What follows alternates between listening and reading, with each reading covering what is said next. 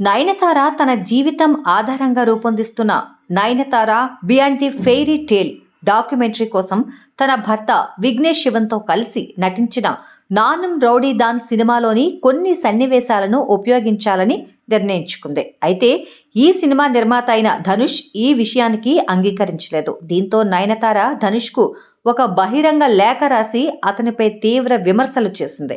2015లో వచ్చిన నానం రౌడీ దాన్ సినిమా మంచి విజయాన్ని సాధించింది.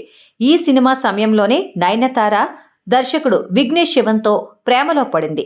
విజయ్ సేతుపతి, నయనతార జంటగా నటించిన ఈ చిత్రానికి ధనుష్ నిర్మాత. లేటెస్ట్గా రూపొందిన నయనతార డాక్యుమెంటరీలో నానం రౌడీదాన్ సినిమా నుంచి కొన్ని ఫోటోలను, వీడియోలను ఉపయోగించారు. దీంతో ధనుష్ నుంచి లీగల్ నోటీసులు జారీ అయ్యాయట. ఆ నోటీసులను ఊదరిస్తూ నయనతార సోషల్ మీడియాలో ఓ లెటర్ను పోస్ట్ చేసింది. ఈ లేఖలో ఆమె ధనుష్ యొక్క నిర్ణయంపై తన అసంతృప్తిని తీవ్రంగా వ్యక్తం చేసింది. ధనుష్ తన సినిమా విజయం తర్వాత అహంకారానికి గురయ్యాడని ఆరోపించింది. నానం రౌడీదాన్ సినిమా తన జీవితంలో ముఖ్యమైన పాత్ర పోషించిందని, అయినప్పటికీ ధనుష్ తనను అడ్డుకుంటున్నాడని చెప్పింది. ధనుష్ తన వ్యక్తిగత ద్వేషం వల్ల ఈ విధంగా ప్రవర్తిస్తున్నాడని ఆరోపించింది.